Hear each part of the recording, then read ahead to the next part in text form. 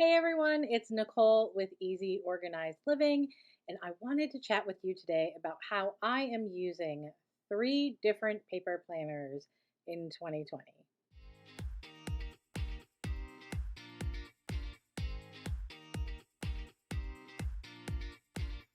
Okay, let's get to it. If you've been following me for a while, you know that I've been super into digital planning for about the last year. It is amazing. I love my iPad and my Apple Pencil. Here's my Apple Pencil, and it is the same color as my shirt. I love the grippy. I love the fact that you have unlimited pen color choices that you can erase. You can lasso things and cut and move them. You can reuse stickers over and over and over again, and you can resize them to where you want to put things.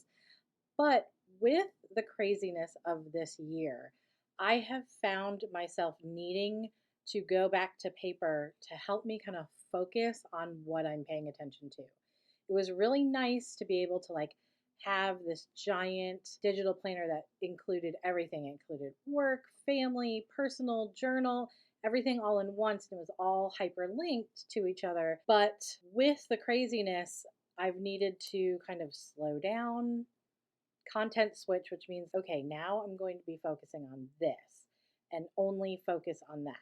So I've come up with a system that is working pretty well, and I wanted to share it with you in case you are running into some of the similar issues that I came up with during this 2020 year of madness. First, I have a planner that I focus on using for the entire family. It is the CONDREN weekly. I have everything, there we go. I have everything laid out for the families: doctor, car maintenance, paying bills, kids' schedules, school stuff. It's all in here. I use the monthly layout and then the weekly layout so that I know what to expect, what days are crazy, what days I've got some room in when we have virtual back to school, when we've got football, when we've got baseball. All of the things go in here. And then I do list things that I need to get done during the week in the little notes section right here, so that when I need to focus on the day, I know what I have to get done that week, and then I can pull and decide, okay, this day I've got a little bit more flexibility. Let me put some of those to dos in there. And so I actually don't really write the to dos on the weekly. What I do is I use a daily planner. This is the Erin Condren Daily Duo. Let's see if I can show you there. And I actually have not written anything out yet for that day. What I do is I pull everything from my weekly for the day and I put it in the day so that I'm only focusing on what is going on for that day, because it's almost like putting blinders on a horse. There's so many things going on right now that you can easily get so overwhelmed that I just need to focus on what is happening right now. What do I need to focus on today? And I don't need to worry about anything else. Because if I stick with the weekly view, number one, if there's something that I don't want to do, it kind of like antagonizes. If I have to go to the dentist, which I do, I worry about it and I stress about it. Or if there's a difficult thing that's coming up, it will worry me all week. And also, if there's something fun, like a fun to do that I could do, I will skip all the stuff I don't want to do and I will focus on the fun thing, even though it's not like really due or I don't need to do it for a couple of more days. To help myself be more productive, more organized, and to really just kind of adult better, I pull everything out and I put it in that daily view. And what I do is I put all of my work stuff under the to-do checklist. And then, over here, I will put, if we have a time-oriented thing like soccer practice or baseball practice or whatever. My kids don't play soccer. I don't know why I said that. But if we have an appointment or any personal to-dos get put on this side. And then I use this note section for any notes that I need to take that were pertinent to that day. So if I get on a phone call, if I think of something, like whatever, that goes on that day. This has completely helped me stay focused, stay more productive, do the things that I don't necessarily want to do, that could get pushed to the wayside, like going to the dentist, but I force myself to do them and only focus on those things. That has been a lifesaver for me. And when I switch and I grab that book, I'm able to say, okay, like this is what we're focusing on now. On that note, there's one more subject that I focus on every day, and that is my business. So, making these YouTube videos, making stickers, making sure that orders go out, designing, doing social media, filming, editing, posting videos, all of that stuff. And so, I'm kind of in between right now. I think I know where I'm going to land, but I have been going back and forth. Like last month, I was shopping in Target for back to school stuff, and I saw the ERIN CONDREN teacher planner. Now, I love the teacher planner because it has these boxes, right? And so you can break up your tasks. I like to look at work stuff and see, okay, I have to edit this video, I have to film this video, I need to design these stickers, I need to print and cut them, I need to put them in the website or on the website, I need to get these orders out. I like to categorize all of those things.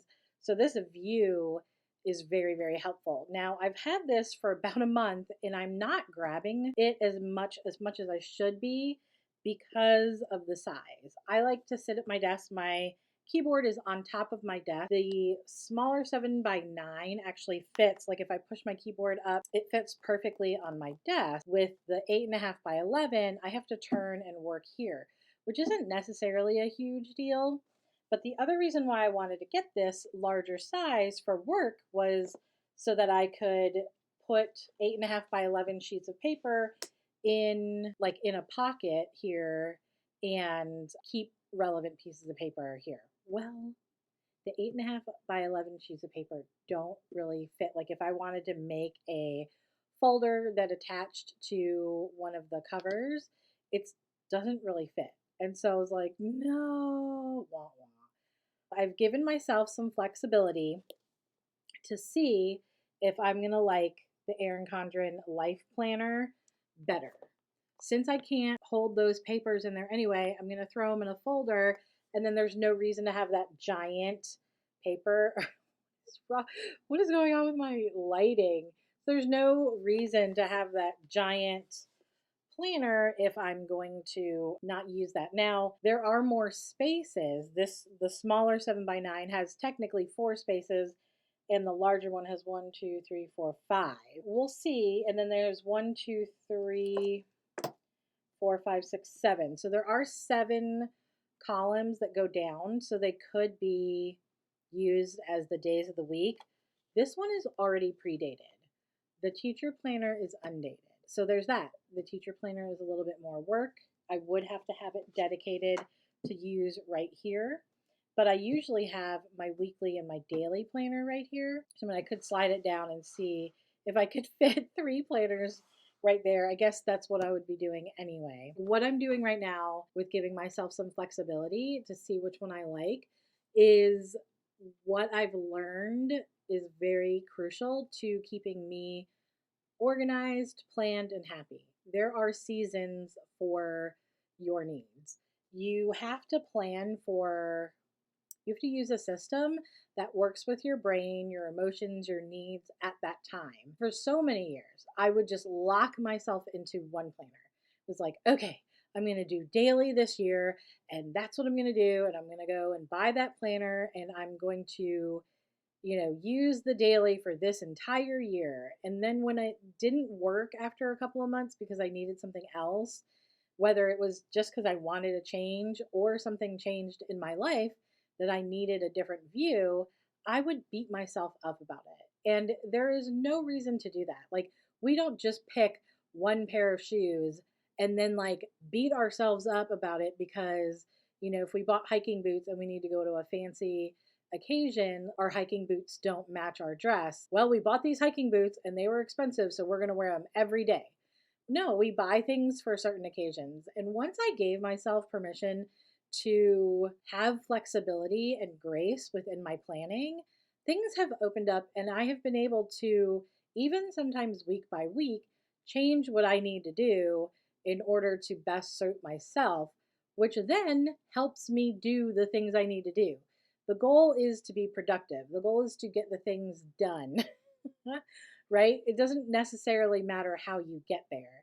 And I think I was getting so caught up in how you get there by just, forcing myself to use one planner and one planner only and trying to find the perfect thing that I really hindered myself for a while on how productive and efficient I could have been. So that is how I am using planners in 2020. So I would love to know what you guys are doing with your planning in 2020. Have your planning needs changed? Are you staying the course? What is going on? Please put your suggestions and what you're doing in the comments below because I would love to know what is going on with you guys. Until next time.